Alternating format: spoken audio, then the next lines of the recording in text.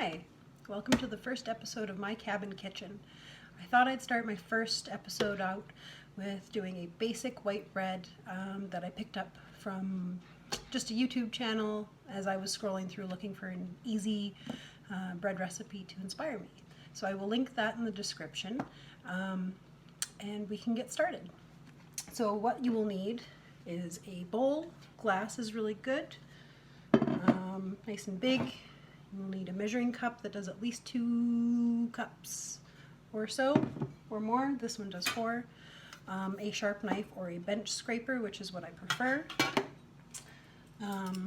You will need a silicone or rubber spatula. You will need some active, dry, traditional yeast. You will need some oil, canola, coconut, olive oil, whatever you like. You will need your big bag of flour. You will need some sugar and some kosher salt.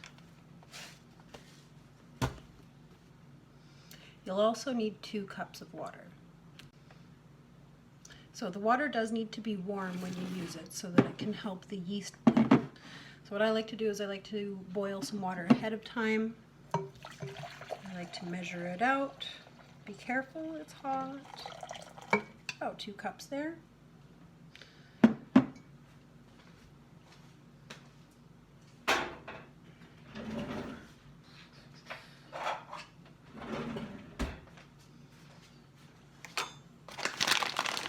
And then I like to mix in my sugar while that's wet.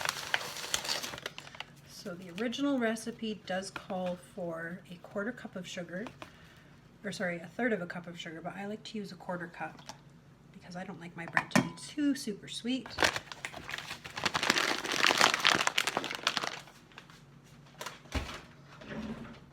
Grab a spoon, and we'll give this a bit of a stir.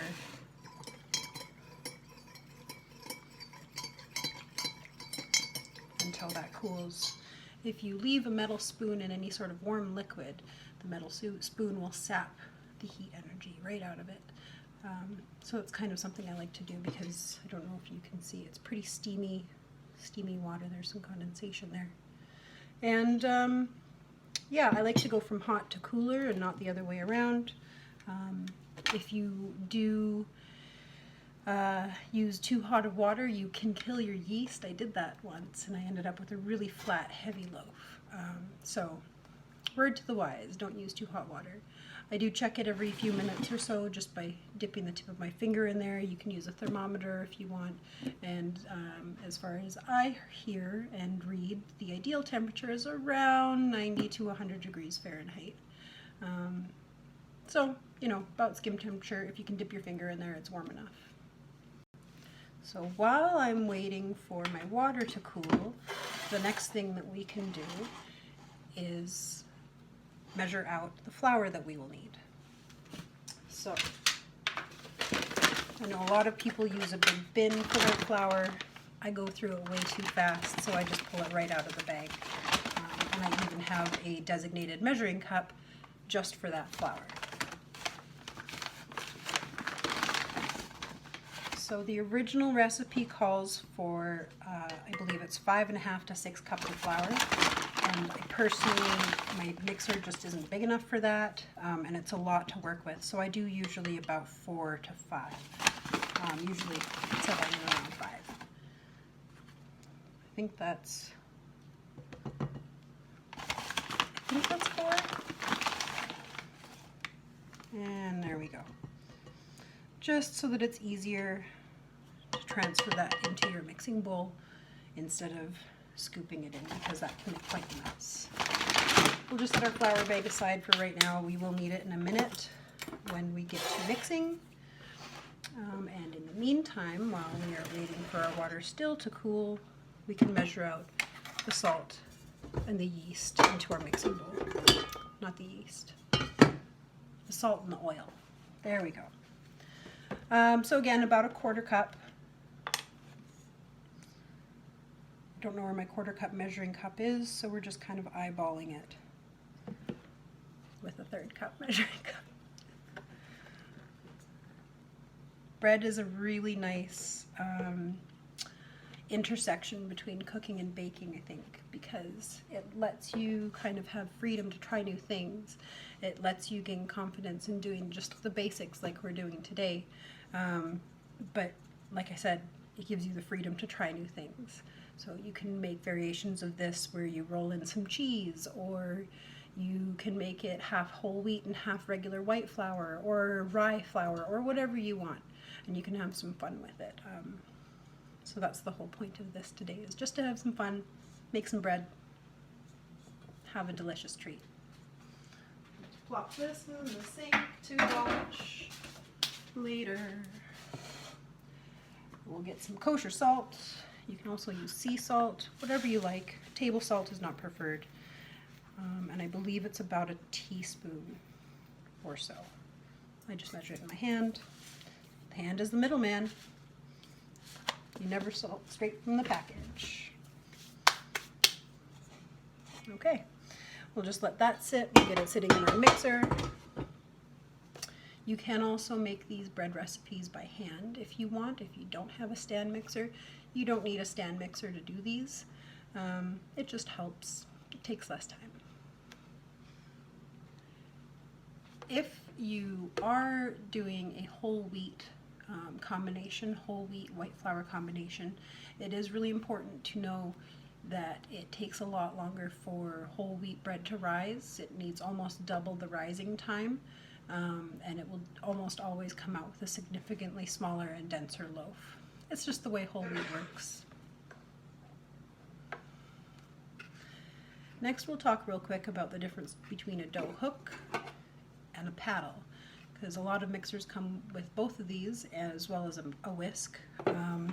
The dough hook for making any kind of dough is my preference, just the way that it pulls the dough around and it gets that really beautiful solid knead to the dough. Where a paddle is fine.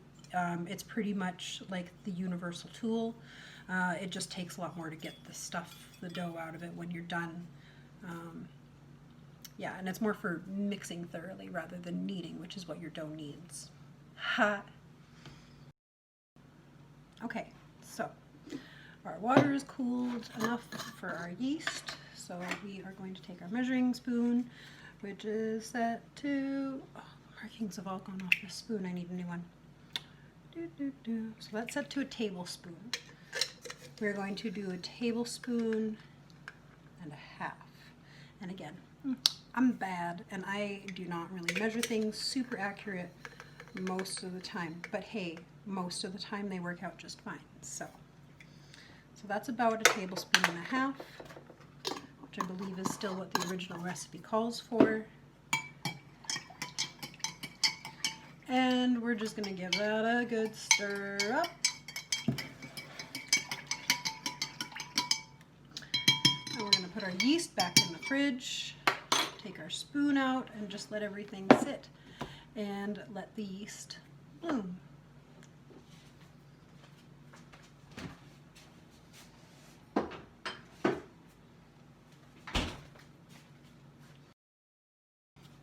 Okay, so our yeast is beautiful and puffy and fluffy and bubbly and risen. Very, very nice. So what I'm going to do is I'm just going to give that a quick stir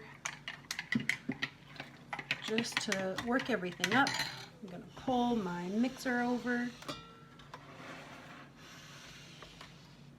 right there.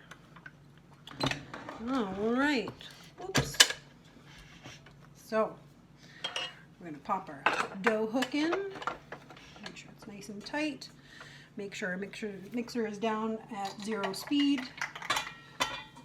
and pour our yeast mixture in. Very, very beautiful. We're going to put this in the sink to wash for later. Okay, let's pop our hook right in there. We are going to press start on the stand mixer and gradually add more and more flour as it mixes in. And you'll see on the video here in a moment how it will mix in really nicely to form a solid dough ball. So let's get started.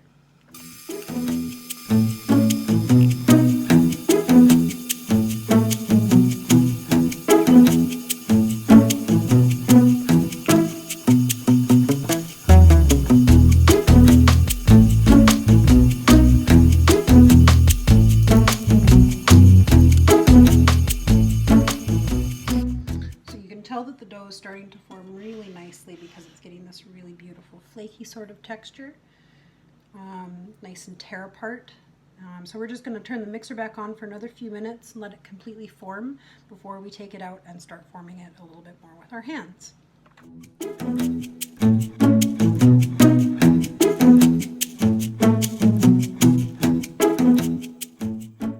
Ooh, okie dokie. Take this dough ball out so we can finish it off. Okay.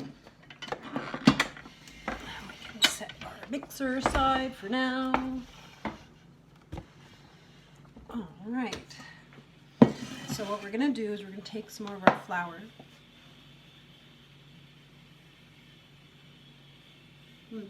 So what we're going to do is we're going to take some more of our flour, and we are going to just powder a surface.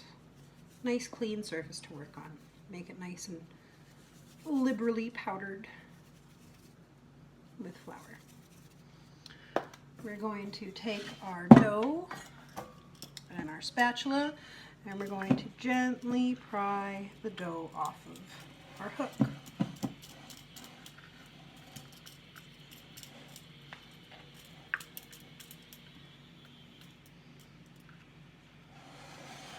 And make sure you get it all off there as much as you can.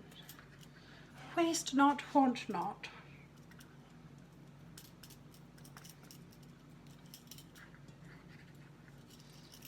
Okay. Here it comes. Nice and clean.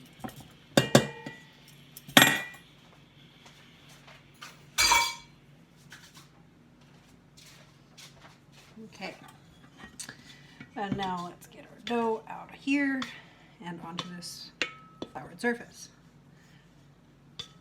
Pop, pop.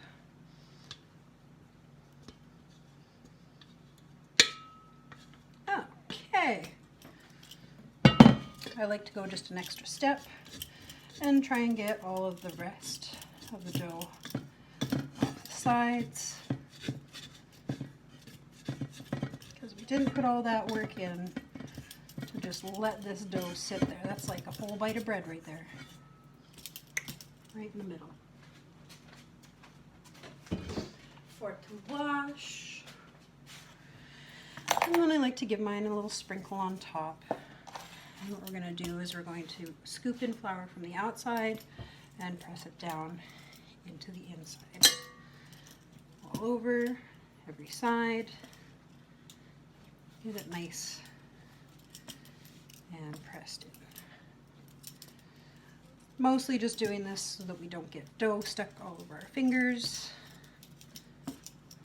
because it's still really sticky, like that. Okay, and now we can start eating it. So we're going to push it down and flip it. Push and flip. Push and flip.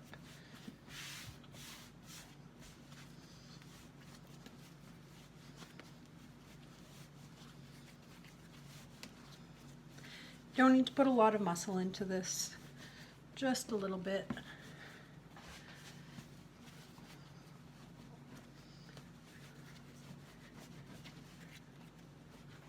A little bit of a roll back and forth, pull your flour in.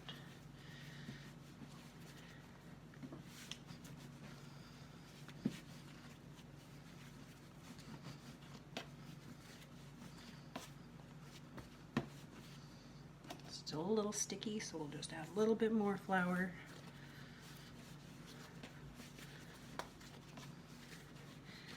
Nice. Already getting some good air pockets in here. Very beautiful.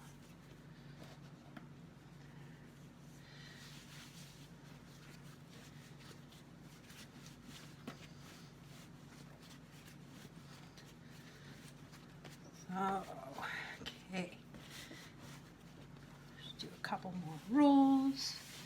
Get all this excess flour up.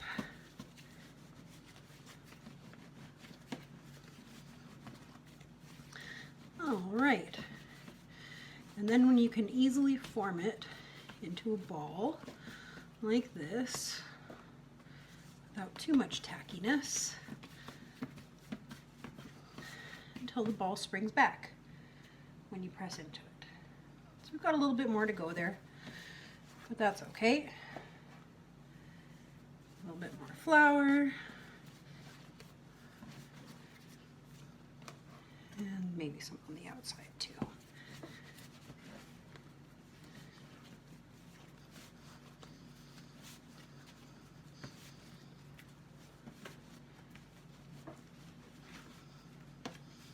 A little tacky today. That's okay. Just add a little bit of flour if it's still tacky. If it's still sticking to your fingers. Just a little moist. Maybe it's humid in here, I don't know.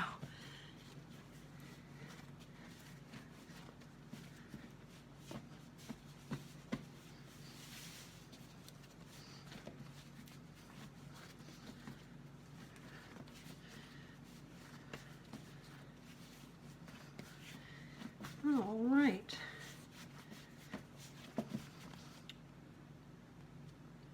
Beautiful, much better.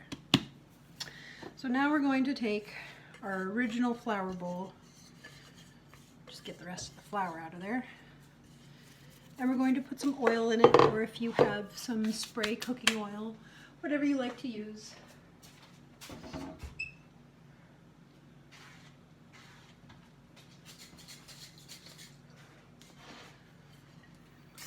And just give it a spray and all around the sides.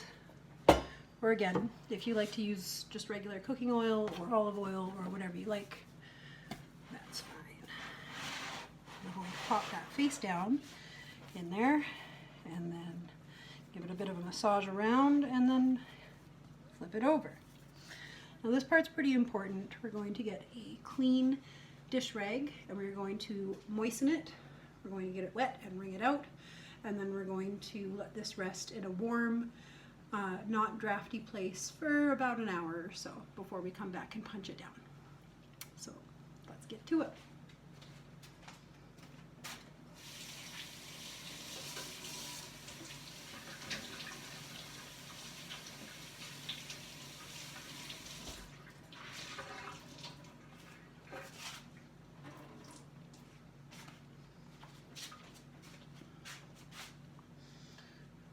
Okay.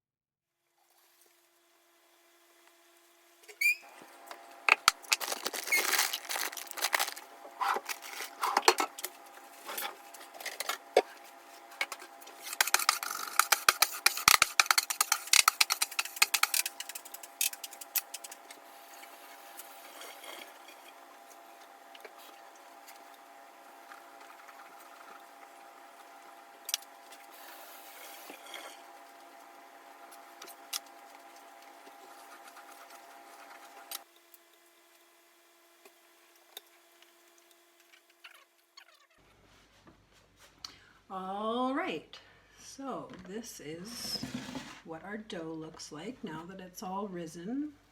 Ooh, it's a bit fluffy. That's okay. So what we're going to do now is we're just going to take a few good solid punches and get all of those air bubbles out. Just like that.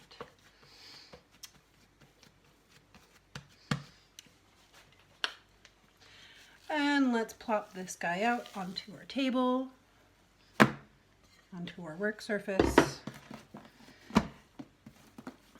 And now here what I'm going to do is I'm actually going to use about 2/3 of the dough to make my bread.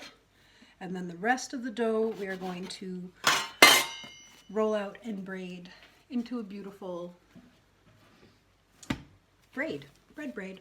But for our regular dough, we're just going to pull it and roll it and tuck in the edges and kind of pull it and roll it again until we get this nice round loafy shape.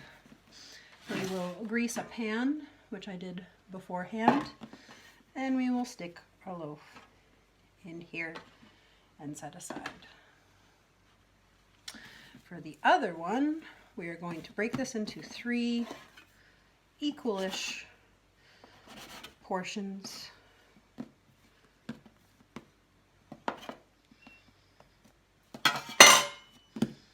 Or so. We are going to grab some parchment paper.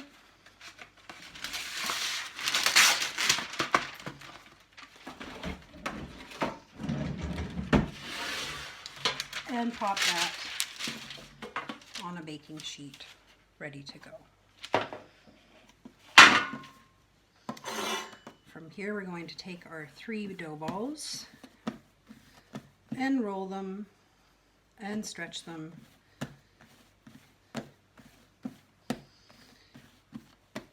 into lovely tubes.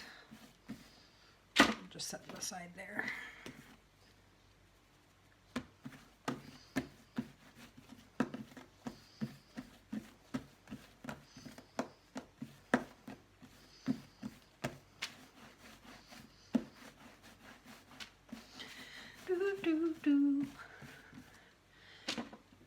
Set them aside one by one.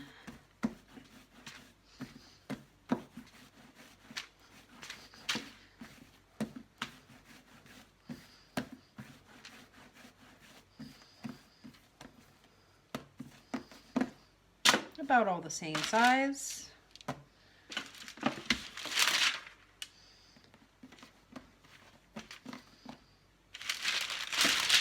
And then we will take them and braid them together. Just pressing all 3 of them nice and tight. And then we'll take one just nice and easy over top of the other.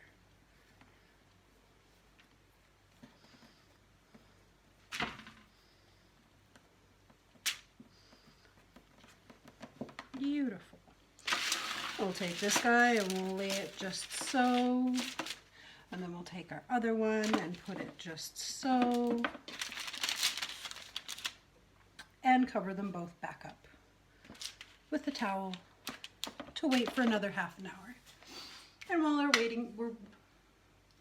we're waiting for our second rise, we'll take the opportunity to do some dishes and maybe have a nice cup of tea.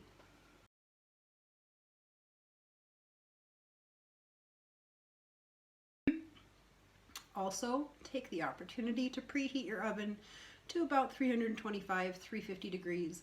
And then after these are done rising for half an hour or so, we will pop them in the oven for about a half an hour. Okay, to it. It's been about a half an hour on that rise. It's looking really lovely, nice and braided, nice and puffy. And we're going to go ahead and put this in our preheated oven. It's preheated to 350. And it'll go in there for about a half an hour. Okay, now it is time to take these out of the oven and see where we are. Beautiful, beautiful. So I have some wire racks here ready to go. And there's our braid. Turned out very lovely. And then this is our loaf. Comes out nice and easy peasy. Really beautiful. So we'll set these here. We'll wait for them to cool. And then we'll give them a slice open when they're done.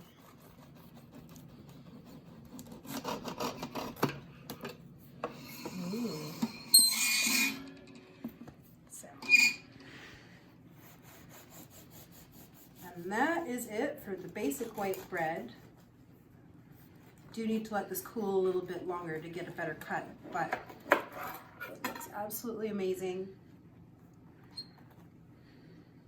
Really beautiful, fluffy white bread.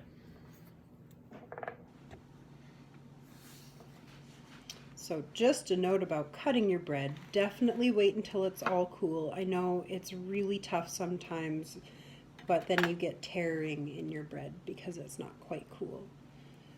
It's still going to be good and delicious, but make sure you cool your bread before you cut it.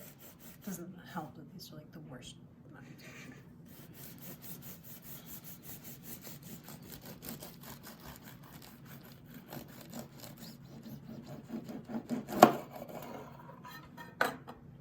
Okay, so that's it for basic white bread. Thanks for tuning in. Thanks for subscribing if you have already. And if you haven't, make sure you hit that subscribe button because there's a lot more content coming your way. This has been My Cabin Kitchen, and I'll see you guys next time.